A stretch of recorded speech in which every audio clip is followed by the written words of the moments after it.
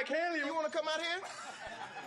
Alright everybody, it is week 2 here in the ETA. This week, we're up against Yanited, coach of the DC Diancies. Taking a look at the roster, the Diancies have a team of Mega Blastoise, Zeraora, Ferrothorn, Zapdos Galar, Grimmsnarl, Uxie, Drampa, Palosand, Audino, Crustle, Relicanth, Magmar. Looking at the team, it is clear that this is a very offensive-driven team. In ETA, we do have Mega Blastoise with Shell Smash as a legal set, so you have a Turtle with Shell Smash and Grimmsnarl to set up screens. Sounds familiar. He copied my whole fucking flow! This week, I'm expecting to see Mega Blastoise, Zapdos Galar, Ferrothorn, Zeraora, Drampa, and for the last slot, it's really either Uxie or Grimmsnarl. I believe they're both going to serve the same role. I'm just not sure which one would come. As I mentioned, Mega Blastoise is an extreme threat. As soon as it clicks Shell Smash, it's faster than our entire team. Even Draco's ult in Sand because it is 3 base points higher for speed. Even with a great special tank like Tyranitar, nothing stops Blastoise. Quite honestly, in this matchup, if we see the Blastoise click Shell Smash, we might as well just type GG in chat because it's nothing really we can do at that point. A Choice Scarf Zapdos Galar goes very good into my team. It can fire off just powerful Brave Birds or close combats. And then you also have U-turn for momentum. So if I try and predict a move and it just U-turns on us and gets us into an unfavorable situation, that could always be a little bit annoying. Ferrothorn is a great defensive wall. It has great base physical defensive stat, great special defensive stat. Either way, it can serve either of those purposes. However, this week, I think it's probably going to be more of a physical wall more than anything. I think it's a really good answer to our Draco's ult in the Sand. It does get Earthquake for coverage to hit it, and also can just set up Leech Seed or Hazards and just kind of be annoying to our team. Speaking of answers for Draco's ult, the reason I believe Zeraora comes is because it's faster than a majority of my team with great coverage to hit many things like Close Combat to hit Mega Lopunny and Tyranitar, as well as Plasma Fist to hit things like Moltres and Starmine. It also has Volt Switch for the momentum, but the biggest thing is it does have the Volt Absorb ability. We can't just necessarily fire off Bolt Beaks willy-nilly because it could just come in and take one of those. For Drampa this week, I'm expecting it to run a Terra Fairy Terra. That way, if it's in a situation where it is against Draco's ult in the Sand, it can bait us into clicking a dragon move and then just Terra Fairy to take it. Last week, Yanited ran a Calm Mind set with it. I could see that as well this week too. With the Terra Fairy, it might give you the opportunity to set up a Calm Mind and then potentially roost off any damage. As for the final Pokemon, it's really either Grimmsnarl or Uxie. I think they both do the same things, and that's set up screens for Mega Blastoise or Zapdos or Zeraora, just really any of the offensive threats. They both can Thunder Wave Pokemon on our team to be annoying, or Uxie specifically can use Yawn and just either Parting Shot or U-turn out for momentum for the team. But overall, I think both of those Pokemon are just serving a support role for the team this week. For our own team this week, I'm fighting Turtle with Turtle. I will be bringing in Torterra. It is finally time for us to run a Shell Smash set of our own. If we can set up a Shell Smash before Blastoise gets the opportunity to set up a Shell Smash, we can also put in some good work into this team. We're running a White Herb set with Shell Armor, Earthquake, Seed Bomb, Shell Smash, Terra Blast, and we're running a Terra Fire set this week. The Terra Fire is primarily for Ferrothorn, which is one of Torterra's biggest obstacles it has to overcome. We're running a Jolly Nature this week, so with the Jolly Nature, a raw Terra Fire has a slight chance to OHKO, I believe, but once we're +2, it definitely OHKOs. Best part too about Terra Blast is it is a physical move, but it's not a contact move. So if Ferrothorn's running a Rocky Helmet set with Iron Barbs, we're not going to take a bajillion damage just for hitting it. Unfortunately for Torterra, even at +2, some bulky things like Uxie will still stand in our way. We can't necessarily kill. And I also don't believe that the +2 Terra Fire Blast OHKOs a regular Choice Scarf Zapdos Galar. Nonetheless, though, it still will do a lot of damage. Primarily, Torterra's either going to be an endgame cleanup or an early game hole puncher. Tyranitar will be coming back off the bench this week. We're going to be running a classic Assault Vest set. With the Assault Vest and our EV spread this week, we are able to live a +2 Water Pulse from Mega Blastoise. For the 4 moves we're just running Fire Punch, Knock Off, Stone Edge, Thunder Punch. Fire Punch is obviously to hit the Ferrothorn if it stands in our way. Knock Off and Stone Edge are 2 really good stab moves for Tyranitar. Knock Off, I'll always say this is the freest move in draft. You can just spam the hell out of that move. Even if something resists it and it comes in on it, you never want to lose your item. And then the last move is just going to be Thunder Punch, and that's going to be to hit Mega Blastoise as well as Zapdos Galar if we believe it's switching in on us. To pair with our sand, we will be bringing Dracozolt back. It unfortunately didn't get a chance to shine last week. I'm hoping to change that up. This week, we're going to be running a Life Orb set with Sand Rush, Bolt Beak, Dragon Claw, Flamethrower, and High Horsepower. 160 attack, 96 special attack, 252 speed with a naive nature. Obviously, we have our powerful Bolt Beak to fire off. Dragon Claw is also just another good stab move to hit Drampa. If it doesn't tear it into a fairy type, I'm not entirely sure. We're running Flamethrower with 96 special attack EVs to guarantee a 2-hit Oko on Ferrothorn, even if it has Leech Seed set up on us and it has leftovers as an item. After his impressive performance from last week, I've decided to bring Pecharunt back. It's just a really good answer into Zapdos Galar and a physical Zeraora. We're running a Rocky Helmet set with Malignant Chain, Nasty Plot, Recover, and Shadow Ball. 248 HP, 128 defense, 132 special attack with a bold nature. I opted to go for a Nasty Plot set this week over a Parting Shot set. I think the only thing that really stands in Pecharunt's way this week is going to be Ferrothorn to take those Malignant Chains. I'm sure after what Yanited saw Pecharunt do to Super Bench last week, he's going to try to do something to prevent himself from getting Pecharunt. I don't know what the verb for Pecharunt would be. Nasty Plot will allow us to get to +2, and with the EV investments we have, we'll have close to almost 500 special attack. Depending on the Ferrothorn investment, if it's just a normal physical set to deal with Dracozolt, I believe a +2 Shadow Ball with this investment against a no special defense invested Ferrothorn is around a 2-hit KO. Either way, there's not really much Ferrothorn has to touch us with. Even if it has Earthquake, with our bulk, we'll be able to take it and recover it off. If Pecharunt can Nasty Plot up and then just fire off some Shadow Balls, it could snowball very quickly and become a huge problem for Yanited. Coming off the bench for the first time this season is going to be Gligar. We're running an Eviolite set with Sandveil as our ability. Defog, Earthquake, Stealth Rock, and U-Turn. 248 HP, 108 attack, 16 defense, 136 special defense with a Adamant nature. This is a very ugly EV spread. However, the attack investment I believe is the minimum I needed to guarantee the Oko on Zeraora. And then the defensive investments just gives us a nice round number, I believe. This way, Gligar can come in on Zeraora. Zeraora really can't touch this thing. Neither can Zapdos Galar, quite honestly. I'm deciding to run Defog on this, not for hazards necessarily, more so from the screens from Grimmsnarl or Uxie, just so if they're there, we can get them out of the way and do the proper amount of damage we need to. Earthquake is just a good neutral stab move to hit Zeraora and some other things on the team. I wanted some kind of chip on the team. I originally was thinking about running Toxic Spikes maybe, that way when Blastoise comes in, it's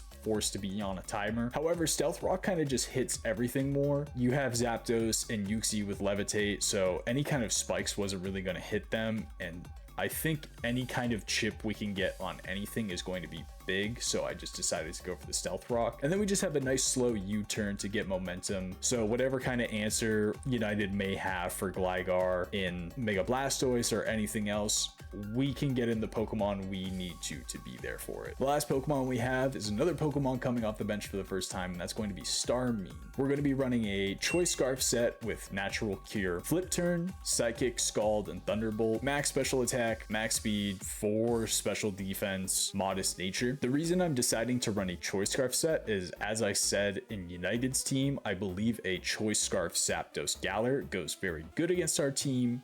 So to counter that, I wanted to have a Choice Scarf for this week to assure we were faster than most of his team, even if they are Choice Scarf besides Zeraora. We have the Flip Turn to gain momentum. Psychic and Scald are our 2 really good stab type moves. Any kind of burns we could get with Scald is also good. As I mentioned, we have the Stealth Rocks for chip.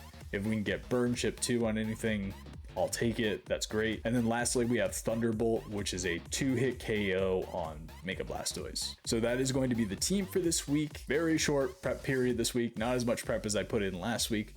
So big fingers crossed. However, I do believe if we play our cards right, we could walk away with this with a W today. It really just comes down to which turtle shall smash first. This is Turtle v Turtle, really. And we all know we have the superior turtle, so in Torterra we trust. That being said, I will see all of you at the game.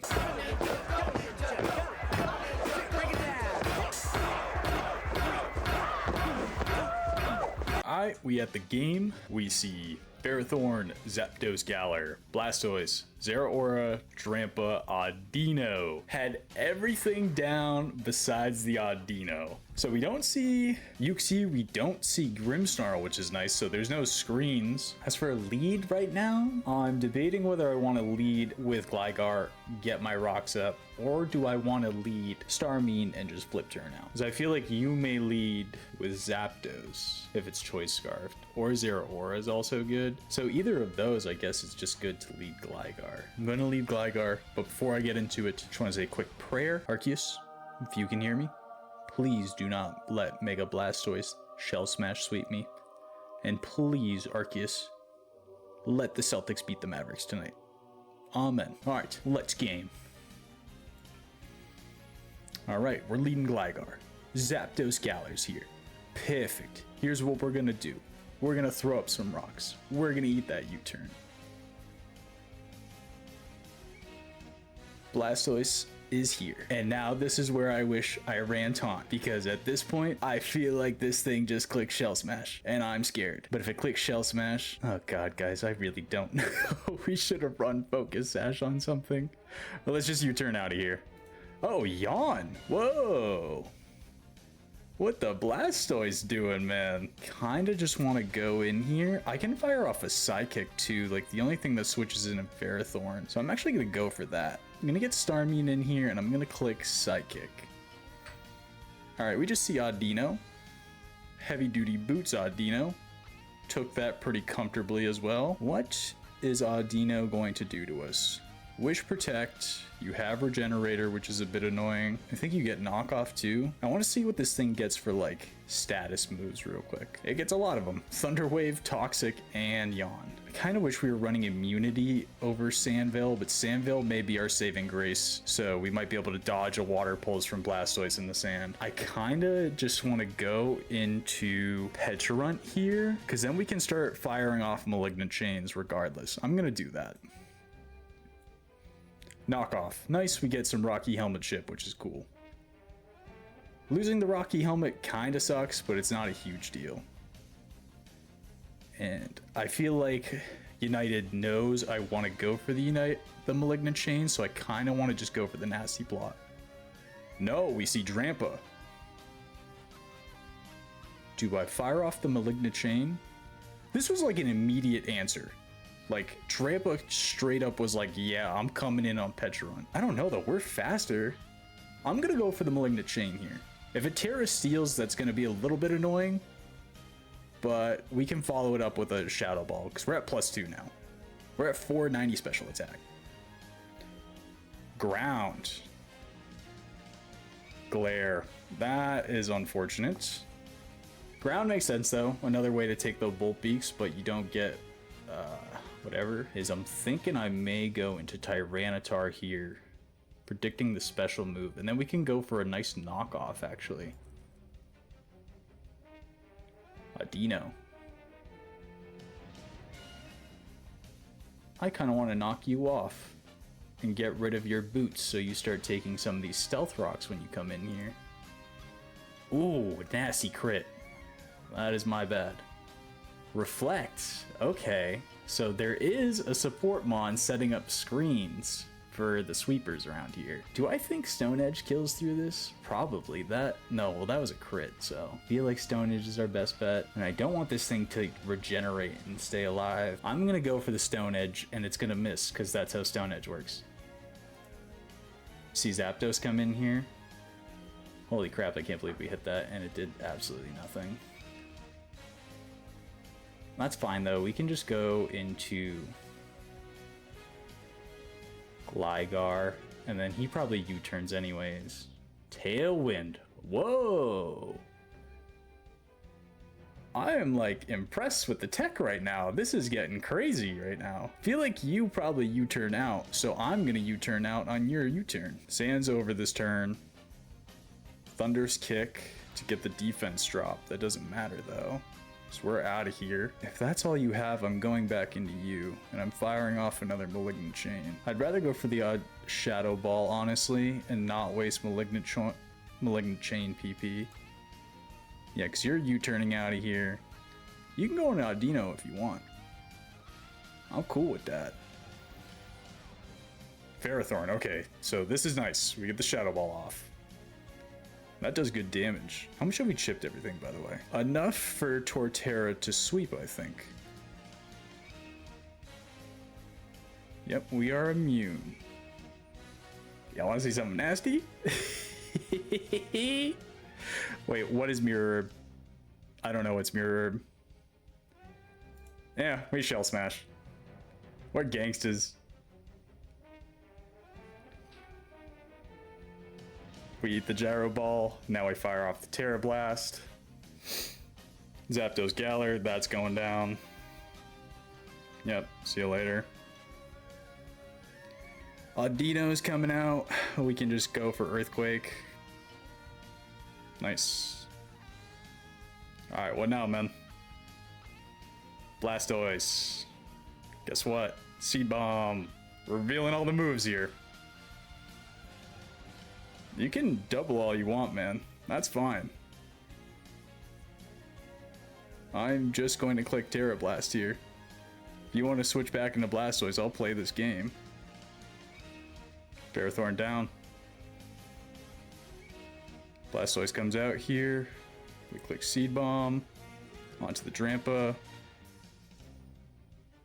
Sap Sipper. Okay, that's cool, but you're still gonna die to Earthquake, so sorry.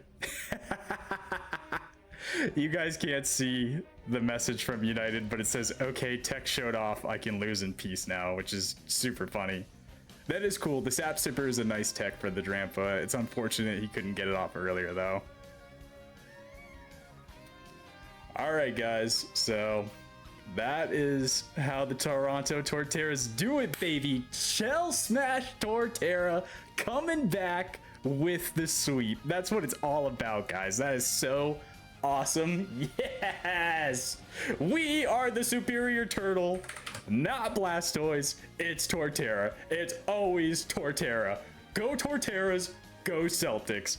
I will see you guys next week for week 3. Peace out, guys.